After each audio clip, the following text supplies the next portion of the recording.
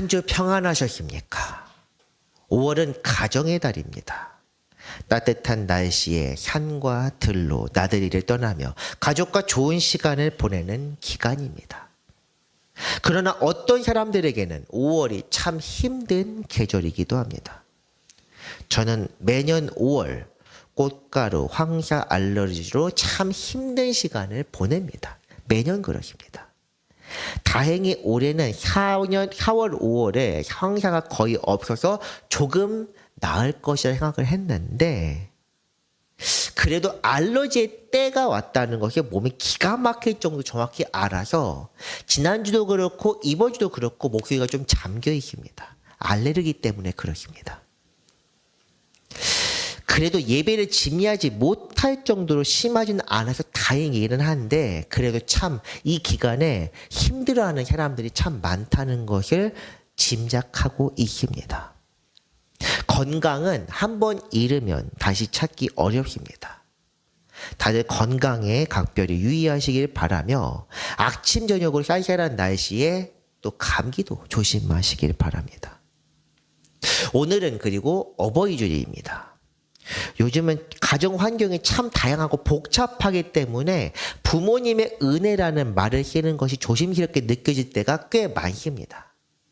제가 요즘 흔히 말하는 남성 가정, 여성 가정 이것이 옹호하는 발언이 아니라 고아원이라든가 혹은 그렇게 편부모라든가 이렇게 자라나신 분들이 생각보다 많다는 것을 알고 또한 보았기 때문입니다.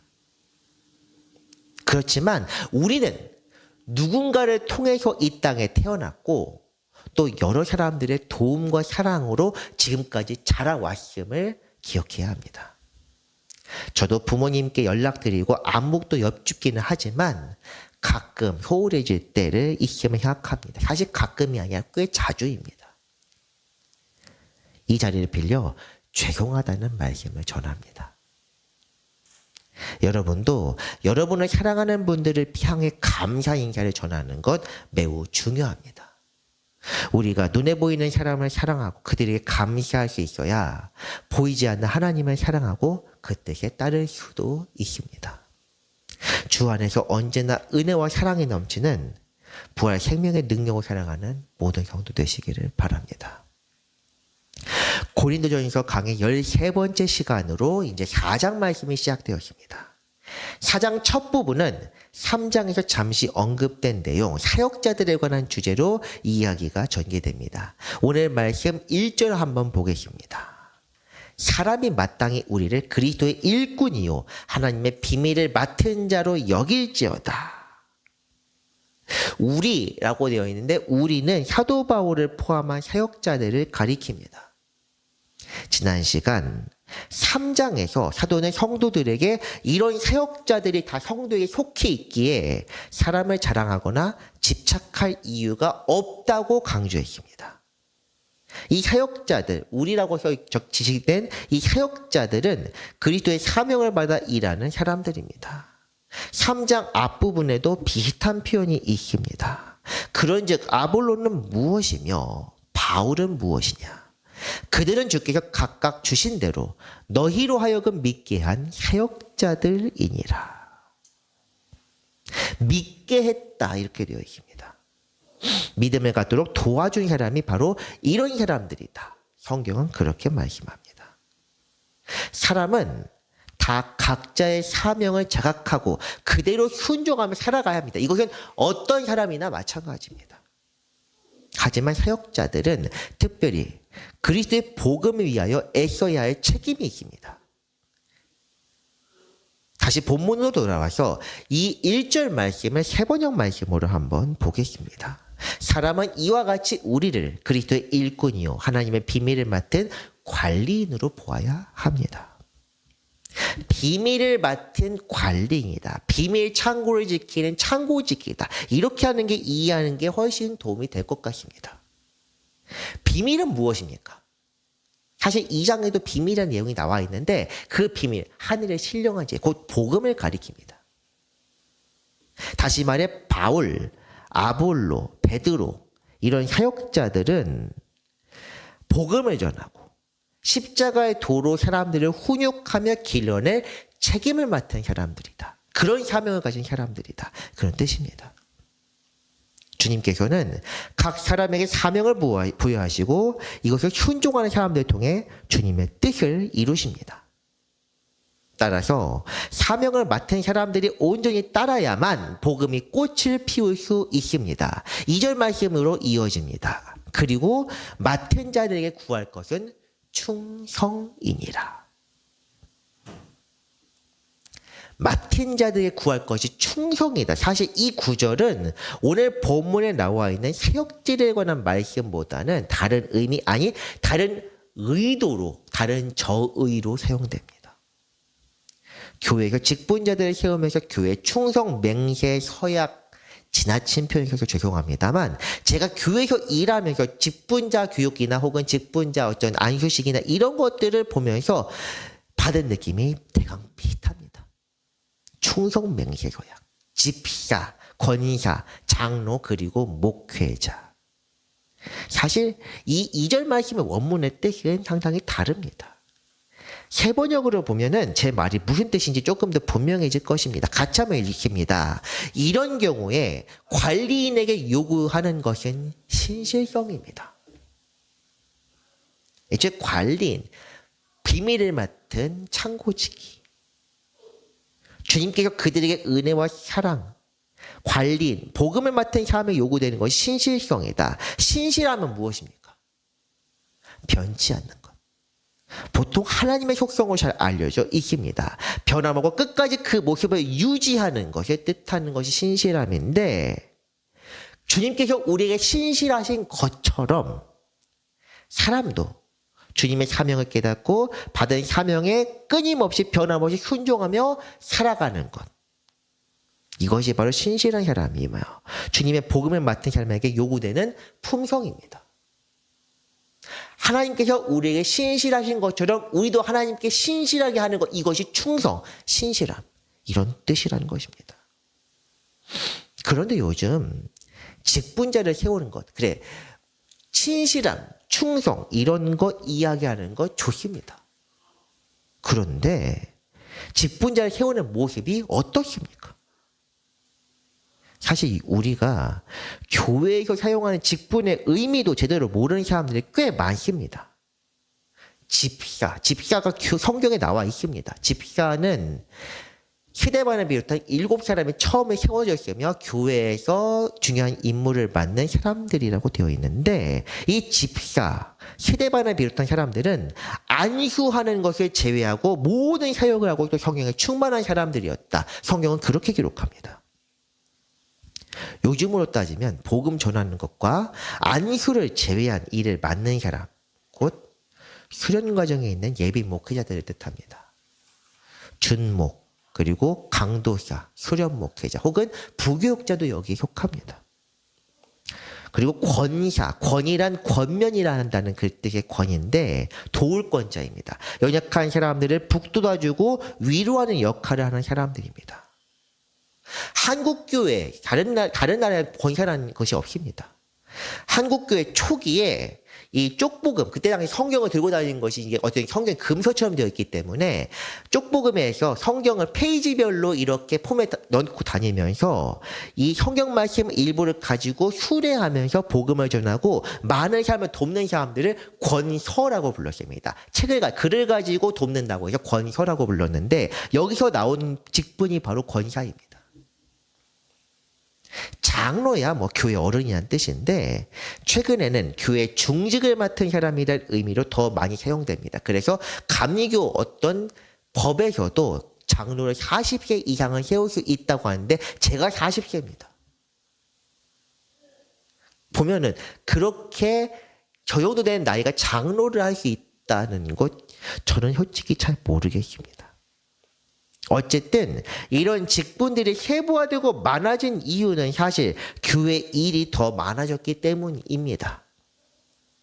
교회 일이 많은 것이 그럴 수 있다고 생각하긴 하지만 쓸데없는 일과 온갖 이권 다툼까지 교회 안으로 끌고 들어온다는 점이 문제입니다. 그런 사람들에게는 직분이 곧 벼슬이요 일종의 권력이라 할 수 있습니다. 내가 어느 교회 장로다, 어느 교회 집사다, 권사다 이렇게 의흐대며 이것이 자기의 마치 협회인 것처럼 이야기하는 사람들도 있고, 또 그런 큰 교회에서 장로를 맡아서 교회에 있는 것들을 자기가 관계 있는 사람과 이렇게 뭐 협 커넥션을 갖는다든가 이런 것들, 세상에서도 그런 것들을 흔히 비리라고 합니다. 그런데 교회에서 헌금을 가지고 그런 짓거리를 한다는 것 자체가 굉장히 심각한 병폐이자 문제가 아닐 수 없습니다. 20년도 더 전 이야기긴 한데, 제가 다녔던 교회의 장로님이 영부인이 되는 바람에 많은 정치인들이 해당 교회에 들락거렸다는 이야기는 새삼스럽지도 않습니다. 물론 그때는 제가 그 교회 다니기 전이긴 했습니다만 어떻게 될지 참 그림이 그려집니다. 또 요즘도 선거를 앞두고, 지금 선거 다음 달 선거입니다. 평소에는 별로 관심도 두지 않던 교회에 충석하며 자기 직분이 무엇이, 자기 원래 종교가 기독교였다, 부모가 기독교였다, 별 이한한 이야기들을 많이 합니다. 우리 지방에서도, 은평지방에서도 2년 전 총선이 있었는데 몇몇 교회에 참석해서 예배를 드린답시고 수행원 데려와서 인사하는 사람들이 있었다고 합니다. 다행히 우리 교회는 찾아오지 않았는데, 만약 우리 교회에 그런 사람들이 온다면 제가 저격해서 설교를 할 준비가 되어 있습니다. 여기에 복음과 전혀 관계없는 사람이 자기 이익을 위해 찾아왔습니다, 이렇게 이야기하겠습니다. 약속합니다. 뭐 그래서 선거법 위반으로 처벌된다면 복음을 위한 박해와 희생이다, 그렇게 받아들이겠습니다. 제가 떼은 말이 좀 길었습니다. 굉장히 유감스러운 표현이긴 하지만 어쨌든 교회 다니는 사람들에게 영향을 끼치는 몇몇 유튜버들이 교회에서 목사의 정치하게 너무 안 한다고 해서 제가 몇 마디 해봤습니다. 교회 정치 이야기 사실 해도 됩니다. 제가 하지 말라고 한 적은 한 번도 없습니다. 단지 이 자리, 강단의 무게를 알지 못하기에 목사들에게 정치 노름을 강요하지 말라는 것입니다. 목사들이 막 정치판에 기웃거리고 자기 이념에 따라 설교를 해서 말한다면 교회가 존재할 필요가 없어집니다. 분명히 말씀드리는데, 그렇게 하고 싶은 사람은 목사직을 놓고 광화문과 시청 광장으로 나가서 혹은 여의도로 가서 거기서 예배드리며 설교하시길 바랍니다. 제가 오늘 특별히 이런 이야기 좀 길게 하는 것은, 오늘 말씀이 바로 사역자들의 본질과 역할을 확실하게 규정하는 것이기 때문입니다. 복음을 맡은 자들의 구할 것이 무엇이냐? 신실함입니다. 정치적인 위기가 있을 때 말이 바뀌는 것이 아니요, 풍성을 누릴 때 만족하는 것도 아니라 어떤 상황에서든 주님의 명에 복종하며 그 뜻을 찾고 십자가의 도를 전하는 것, 이것이 바로 복음을 맡은 자들의 역할입니다. 사도 바울, 이 초대교회가 있던 시대가 어떤 시대입니까? 나라가 엎어졌습니다. 유다 왕국 없습니다. 물론 유다 왕국에 하는 괴뢰, 이방인이 왕이 되는 그런 괴뢰 정부는 있긴 있습니다. 분봉왕 그리고 총독이 이렇게 권력을 양분하고 있는데 둘 다 이방인입니다. 우리로 따지면 일제강점기, 일본인들이 우리 지배하고 조선 총독부에 일본인 총독이 있던 그런 시대라고 할 수 있습니다. 그런데 어떤 사람들이 그런 정부 아래서 어떤 반응들을 하느냐. 그냥 소시민처럼 살아가는 사람도 있지만 어떤 사람들은 몇몇 유언들을 암살하거나 총독부에 폭탄을 던지기도 합니다. 후세는 이런 사람들이 열사라고 추앙하며 기념비를 세웁니다. 그 사람들이 잘못했다는 것이 아닙니다. 혹은 우리 민족의 정신을 고취해야 한다며 민족의 혼을 연구하거나 절약운동, 물산장려운동 이런 것들을 했던 사람들도 있습니다. 초대교회 때도 다를 것 같습니까? 조국의 독립을 위해 애쓰던 사람들이 있었습니다. 폭탄은 없던 시대이기 때문에 폭탄은 안 던지지만 몰래 칼을 차고 다니면서 로마인 관리들을 죽이거나 총독부를 습격하는 사람들이 있었습니다. 어떤 사람들이냐? 열심당원이라 불리는 사람들입니다. 이 사람들 중 몇몇은 예수님의 제자들이었습니다. 헬롯 사람 시몬, 헬롯이 바로 열심당원입니다. 그리고 가룟 유다, 유다 이스카리오, 과격한 유다라는 뜻인데 유다도 바로 그 열심당원 출신들이고 베드로, 요한, 야고보도 어부 출신이긴 하지만 그것과 관계가 있다는 것이 성경 역사에서 보는 흔히 정설입니다. 물론 예수님 제자 중에서는 반대쪽에서 친일파 아니 친로마파 친정부파에 속하는 세리도 있었습니다. 마태. 그런 사람들이 다 예수님의 제자였습니다. 민족의 혼을 그럼 고쳐는 사람들은 어떤 사람들이냐? 우리가 로마 같은 거에 너무 집중한다. 그리고 세속적인 거에 너무 집중한다. 율법으로 돌아가자. 하나님의 말씀을 중요하게 여기자. 누구냐? 바리새인들입니다. 율법 연구하는 사람, 율법 학자입니다. 그런데 우리가 산상수훈 때 그리고 성경 말씀, 복음서들 내용 보면은 이런 사람들 어떻게 예수님하고 지냈습니까? 결국 나라도 민족도 이런 것들이 다 부수적인 것이라는 것을 예수님 복음서를 통해서 우리가 확인할 수 있습니다. 별로 좋아하는 표현은 아닌데 비본질적인 것과 본질적인 것. 이 복음 이외의 비본질적인 것에 집착하는 사람들은 결국 어떻게 되느냐? 그리스도를 배반하거나 박해하기 마련입니다. 우리가 찾아야 할 것은 무엇이냐? 나라도 민족도 세상도 자기 욕심도 아무것도 아닙니다. 이 땅에서도 그리스도요. 천국에 가도 그리스도입니다. 그리스도라고 하는 그리스도가 무슨 뜻입니까? 구원자, 구주입니다. 메시아가 히브리 말이고 크리스토스가 바로 헬라어입니다. 같은 뜻입니다. 죽어야 할 우리를 대신하여 죽으셔서 우리의 죄와 지옥 권세에서 구원하신 분, 그분을 위해 살아야 하는 것, 이것이 바로 복음을 맡은 자의 사명입니다. 그리고 그 복음을 맡은 자가 누구입니까? 바울, 게바, 아볼로 이런 사람도 물론 맞습니다만 복음을 맡은 자, 이 땅의 교단과 교회가 만드는 알량한 직분자들이 아니라 구원을 받아야 성도 모든 사람들을 가리킵니다. 우리가 바로 그리스도의 복음을 맡은 자요. 십자가의 도를 따르는 사람이며 그리스도의 일꾼입니다.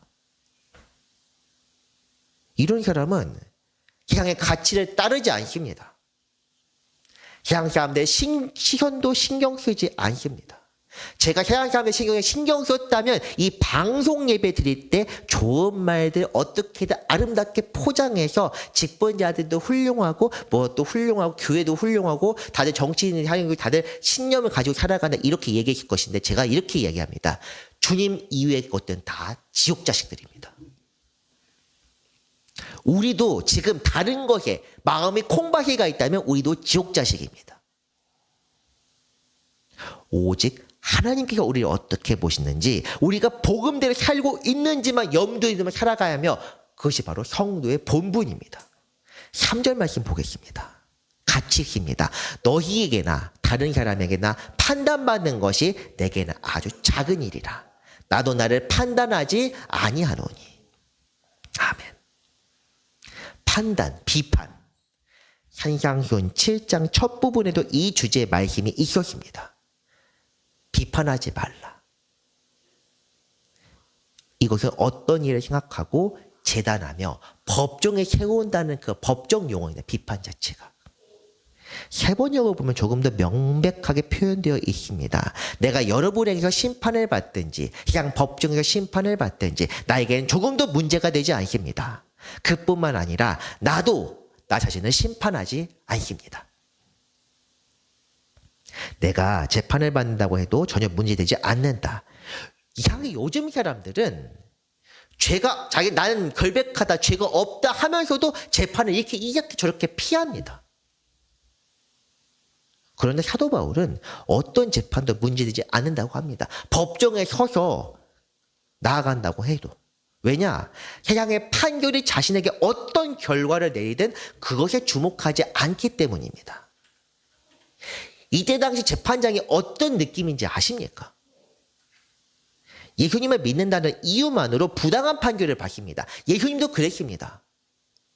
로마 황제의 것은 로마 황제에게, 하나님의 것은 하나님에 돌리라, 이렇게 말씀하시던 분이 로마에 반역했다는 죄목으로 십자가에 처형당했습니다. 이렇게 부당하고 억울한 판결이 어디에 있습니까? 사도 야고보, 헤롯 왕의 손에 의해 그냥 죽임을 당했습니다. 예수님을 믿는다는 이유만으로. 사도 바울 본인도 폭도가 되어서 사람들을 선동하여 스데반 집사를 인민재판으로 죽인 그런 경력을 가지고 있던 사람입니다. 그런 사람이 시향재판을 두려워하지 않고 당당하게 설 수 있다는 것은 이미 죽음조차 각오하고 복음을 위해 다 버릴 수 있기 때문입니다. 내가 결백하기 때문에 재판 서는 걸 두려워하지 않는다, 이것이 아니라 어떤 판결이 있더라도 상관이 없다는 것입니다. 복음을 위한 그의 마음이 어떠한지 4절을 통해 알 수 있습니다. 내가 자책할 아무것도 깨닫지 못하나 이로 말미암아 의롭다 함을 얻지 못하노라. 다만 나를 심판하실 이는 주시니라. 자책할 아무것도 깨닫지 못한다. 표현이 조금 어렵습니다. 사실 4절은 3절 말씀에서 심판을 받는다는 말에서 이어지는 법정 변론과 같은 내용입니다. 세번역 성경은 법정에 선 피고가 마지막으로 변론하는 것처럼 번역을 참 잘했는데 세번역 말씀 같이 읽겠습니다. 나는 양심에 거리끼는 것이 없습니다. 그러나 이런 일로 내가 의롭게 된 것은 아닙니다. 나를 심판하시는 분은 주님이십니다. 제가 조금 목소리를 무겁게 해서 변론하는 사람처럼 이야기를 했습니다. 어쨌든 나는 양심에 거리낀 것이 전혀 없다. 법정 용어 아닙니까? 딱? 하지만 이것으로 내가 무죄를 선고받는 것이 아니라 내 죄와 불의를 판단하는 것은 오직 주님이시다. 이렇게 읽었을 때 사도가 복음에 의해 어떤 마음을 품고 있는지, 주님을 향한 마음과 열의가 어떠한지 느껴질 것이라고 봅니다. 느끼십니까? 그렇다면 이제 이 말씀을 우리 스스로에게 비추며 반성해 봅시다. 여러분은 세상에서 예를 들면 공산주의 치하에서 이제 복음을 믿는 사람들이 법정에 선다고 생각해 봅시다. 거기서 이렇게 이야기할 수 있습니까? 저는 첫 번째, 죄송합니다. 한 번 더 틀어주시기 바랍니다. 양심에 거리끼는 것이 없습니다. 여기서 걸릴 것 같습니다. 양심에 거리낀 것이 참 많습니다. 그러나 이런 일로 내가 의롭게 된 것은 아닙니다. 양심에 거리끼기 때문에 이미 의롭지 않습니다. 하지만 이것은 확실히 이야기해야 합니다. 나를 심판하실 분은 세상법정이 아니라 주님이시다. 내 죄목과 내 죄와 내 어떤 책임과 이런 것들을 판단하시고 재단하시는 분은 주님이시다. 성도들은 이것을 신념, 확고한 신념을 가지고 있어야 합니다. 여러분은 복음 앞에서, 저도 마찬가지입니다. 양심에 거리낌 없이 살고 있습니까? 주님만이 나를 판단하실 분이기에 세상에 나를 무엇이라고 판단하든 아무 문제도 없다 이렇게 외칠 수 있겠습니까? 사실 양심에 전혀 거리낌 없다 이렇게 말할 수 있는 사람이 얼마나 될까 생각해 봅니다. 저는 부족함도 많고 찔리는 것도 많은 사람입니다. 사실 이번 주간 이제 오늘이 어버이 주일이고 지난주에 어버이날이 있었지만 저는 아직도 이 나이 먹고서도 부모님의 마음을 아프게 하는 불효자입니다. 그래서 사실 복음에 따른 말씀을 전한다고 애쓰고 또 노력하긴 하지만 이 자리에서 전하는 말씀이 저는 얼마나 두려운지 모릅니다. 어제도 이 말씀을 준비한 건 보통 금요일날 준비하는데 어제 이 설교 말씀이 한밤중에 생각나서 눈물로 회개하며 기도하며 3시까지 잠을 못 잤습니다. 저는 이 자리에 전하는 말씀이 굉장히 두렵습니다. 저 스스로 양심에 거리끼는 것도 많고 그 못지않게 지금 아직도 저는 세상의 판단과 심판도 두려워하는 사람입니다. 우리가 오직 주만 바라보며 산다고 하기엔 세상 눈치도 많이 보고 세상에서 바라는 것도 참 많습니다. 부끄러운 일이며 또 부끄러워해야 합니다. 저나 여러분이나 이런 문제가 자유로울 수 없습니다. 이런 사람들은 충성된 사람도 아니요, 주 안에서 신실한 사람도 아닙니다. 그렇다면 어떻게 해야, 부족하고 불순종하는 우리가 어떻게 해야 주님께 용서하고 용서를 받고 깨끗함을 받을 수 있겠습니까? 그냥 주님이 거룩한 보혈로 우리 죄를 사하셨고 이것이 믿기만 하면 구원받는다, 이렇게 박수치며 앵무새처럼 반복하는 것 아무짝에 쓸모가 없습니다. 내 모습이 그대로인데 입으로만 말해서 무슨 소용입니까? 그래서 교회는 그렇게 가르칩니다. 입으로 시인하여 구원에 이르느냐. 마음에 먼저 믿어야 하는데 믿으면 어떻게 하느냐. 삶이 변해야 합니다. 변한 사람이 주님 앞에서 오늘 말씀처럼 나는 양심에 거리끼는 것이 없습니다, 이렇게 말함으로써 구원을 받는다는 것입니다. 우리 삶이, 우리 생각이 조금 더 변하지 않는데 불의하게 살면서 믿는다고 말한다는 것, 사기꾼입니다. 자기를 속이는 것이요, 세상을 속이는 것이요, 주님을 속이는 것입니다. 그런데 주님은 속지 않습니다. 왜냐? 우리 마음속으로 다 감찰하시기 때문에. 그렇기 때문에 마지막 때 법정에서 우리는 우리의 죄목이 다 드러나게 됩니다. 거기서 난 양심에 거리끼는 것이 없습니다, 하나님 앞에서 그렇게 말하겠습니까? 우리가 변해야 합니다. 내가 변해야 합니다. 충성한다, 교회에 충성하며 이 정도 하면 주님 앞에 상받기 부끄러움 없다 생각하는 건 착각입니다. 맡은 자들에 구할 것이 충성이다. 충성한다는 것은 세상을 바라보지 않는다는 것입니다. 하나님께서 우리를 향해 변함없는 은혜를 베푸시는 것처럼 우리 또한 하나님을 향해 변함없이 헌신하는 신실함을 품어야 합니다. 오늘 성경이 우리에게 요구하는 것이 바로 그것입니다. 하지만 사람이 그렇게 변함없이 주만을 바라보며 살아간다는 것은 불가능한 일입니다. 사도 바울 역시 맡은 자들 구할 것이 충성과 신실함이라고 가르쳤지만 자신을 포함한 많은 사람들이 그렇게 살기 어렵다는 것을 잘 알고 있었습니다. 그렇기 때문에 사실 이 부분의 핵심, 그냥 인용하기 위해 쓰는 그 2절이 중요한 것이 아니라 5절 말씀이 중요합니다. 5절입니다. 그러므로 때가 이르기 전 곧 주께서 오시기까지 아무것도 판단하지 말라입니다.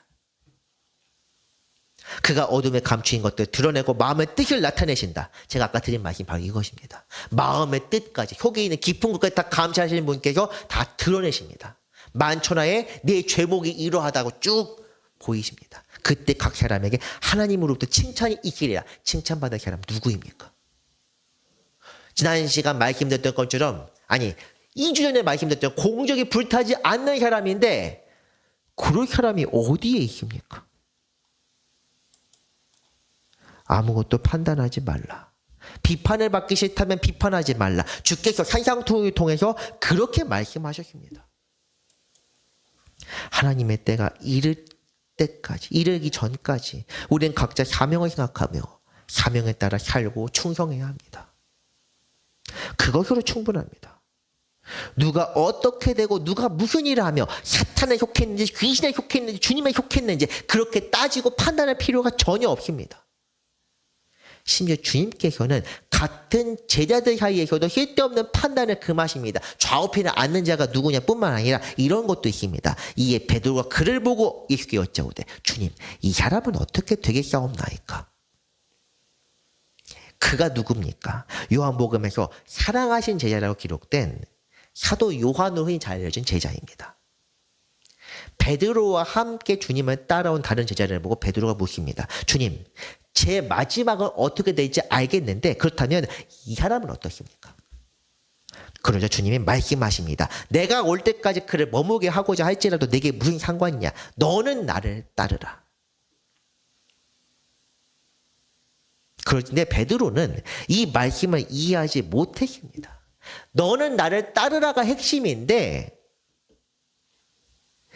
내가 올 때까지 그를 머물게 하고자 할지라도가 아니라 한다로 이해를 했습니다. 이 사람이 죽지 않으려나 보다 이렇게 이해합니다. 사람은 질투든 경쟁심이든 호승심이든 타인과 자신을 비교하거나 타인을 판단하고 재단하는 것을 즐깁니다.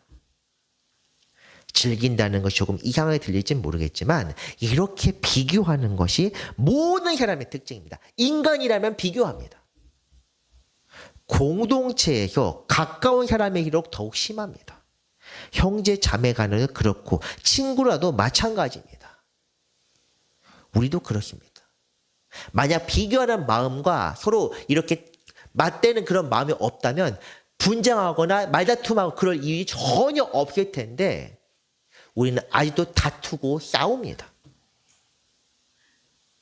제가 강의 중에 여러 차례 언급한 반드시 버려야 할 것이 몇 가지 있기는 한데 그중 하나가 무엇이냐? 여러분도 아마 많이 들으실 것입니다. 인정욕구.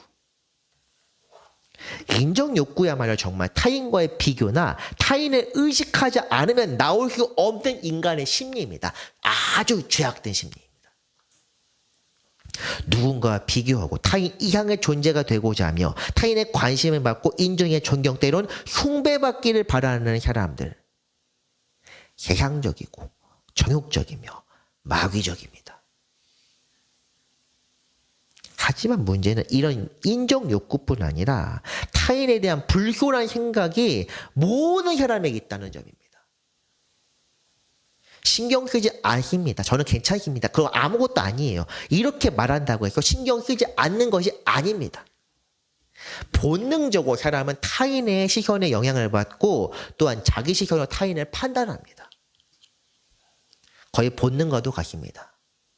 오늘 집사님이 기도 참 잘하셨습니다. 내 입장에서만 생각하고 흔히 인터넷 용어로 내로남불이라고 합니다. 내가 하면 괜찮은데 다른 사람이 하면 안 된다. 우리가 바로 그렇게 생각하는 사람입니다. 아전인수라고도 합니다. 그냥 내 눈에 물 끌어다 쓰는 것 같습니다. 이상한 사람은 자기에게 관대하고 다른 사람에게는 엄격합니다. 오늘 말씀에서는 명령하는 것, 그렇게 명령합니다. 아무것도 판단하지 말라. 이 말씀을 따르기 위해서는 본능까지 억압해야 합니다. 숨 쉬는 걸 숨 쉬지 말라고 하는데 그렇게 할 수 없는 것처럼 어렵습니다. 불가능합니다. 그렇기 때문에 판단하지 말라는 명령을 가볍게 여기서는 안 됩니다. 비판하지 말라. 성경 여러 번 나오는데 그것을 비판하면 안 되겠지. 그러니까 다른 사람에게 욕하면 안 되고 다른 사람 저 사람들 저게 이상한 사람이네. 이 정도가 아니라는 것입니다. 그냥 다른 사람이 어떻게 그 사람이 구원을 받든 지옥에 빠지든 뭘 하든 신경 쓰지 말고 내 길을 걸어가라는 것입니다.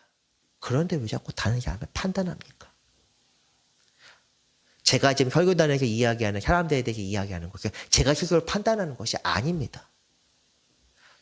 어찌든 제가 설교를 준비할 때는 제 생각은 최대한 버리려고 애쓰고 있습니다. 그럼에도 제가 인간적인 마음이 가지고 있다면 용서하시기 바랍니다. 저도 일상을 살면서는 다른 사람 판단 많이 합니다. 하다못해 오늘 교회 오면서 운전하면서도 사람들을 판단합니다. 저는 왜 운전 저렇게 할까? 그렇기 때문에 어떻게 하냐. 판단하지 말라는 이 명령 가볍게 여기지 말고 우리가 불쑥불쑥 떠오르는 그 생각이 들 때마다 주님 저는 이렇게 죄인입니다. 이렇게 생각하라는 것입니다. 그리고 이 말씀을 실천하기 위해서 우리 스스로 의식해서 하는 것이 아니라 본능적으로 나오는 것. 그 본능 거스르면 어떻게 해야 한다? 성령께 구하여야 합니다. 주여 내 힘으로는 안 됩니다. 나의 연약함을 불쌍히 여기시고 힘을 주옵소서. 그래도 주님께서 말씀하시는 이달의 말씀입니다. 평안하라, 강건하라, 강건하라. 이렇게 타인을 판단하는 것이죠. 모든 비교와 열등감, 경쟁심이 불화가 생겨납니다. 사도 바울, 아볼로 서로 성격으로나 지식으로나 반대 위치에 있는 사람입니다. 둘 다 지식이긴 하지만 사도 바울 전도 방법과 아볼로 전도 방법이 거의 정반대입니다. 하지만 이 사람들이 주 안에 하나 될 수 있었던 것은 자기 생각대로 판단하고 재단하지 않았기 때문입니다. 그리고 이 사람들은 주 안에서 십자가의 도를 따르며 십자가를 질 수 있는 사람들이었습니다. 제자도라고 하는데 이 십자가의 도를 따르는 이들의 삶에 대해서 다음 주 더욱 자세히 알아보도록 하겠습니다. 말씀을 정리합니다. 그리스도의 일꾼은 특정 계층이나 직분을 가진 사람을 가리키는 것이 아닙니다. 복음을 맡은 사람, 곧 복음대로 살며 하나님의 뜻에 순종하는 성도들을 가리키는 말입니다. 이들에게는 주 안에 복음에 대해 충성할 것이 요구됩니다. 우리가 구원에 이르기를 원하는 성도라면 마땅히 우리도 주 안에 충성하며 복음의 신실한 종이 되어야 합니다. 오늘도 주와 동행하며 주님을 위해 세상의 가치를 버리고 그 누구도 판단하지 아니하고 오직 하늘의 것에 따라 살아가는 귀한 성도들 되시기를 간절히 바랍니다. 기도하겠습니다. 은혜로우신 주님 감사드립니다. 우리에게 순종의 본을 보이시고 주님의 뒤를 따라 살게 하시니 감사드립니다. 우리 연약함을 아시오니 성령을 보내사 우리에게 힘과 능력으로 채워 주옵소서. 하늘의 신령한 지혜를 넘치도록 부어주사 잘 감당하게 하시고 우리가 끝까지 사명 다할 수 있도록 우리와 동행하여 주옵소서. 빛과 생명으로 우리에게 찾아오신 구주 예수 그리스도의 이름으로 기도합니다. 아멘.